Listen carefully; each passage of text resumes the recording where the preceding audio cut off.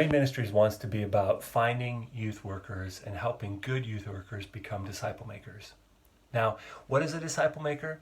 Paul in 2 Timothy 2:2 kind of outlines this. Paul was discipled Timothy, who then discipled faithful people, and he challenged Timothy that these faithful people would find other faithful people to disciple them.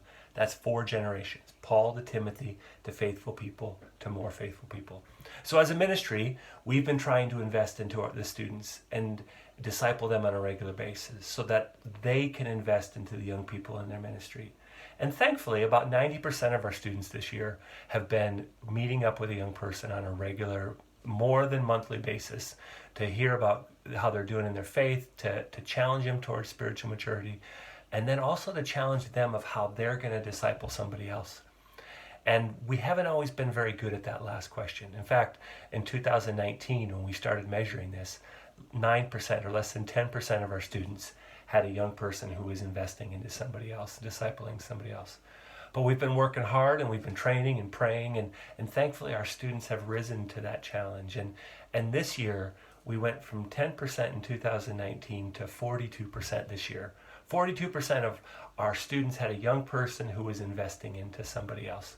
We want to see that 42% become 50 next year and 60 next year.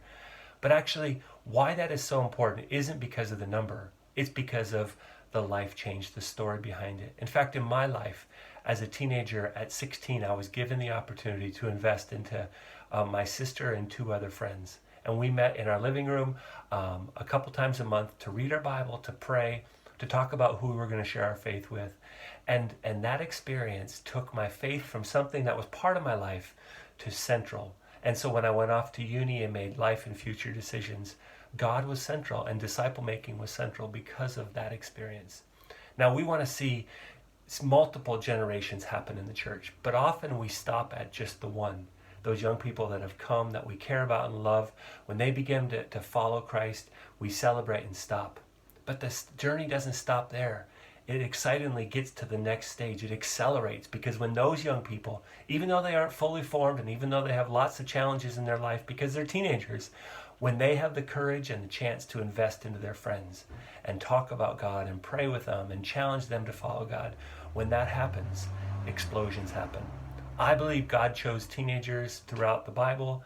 I still believe they are the most dynamic age group a person could ever work with.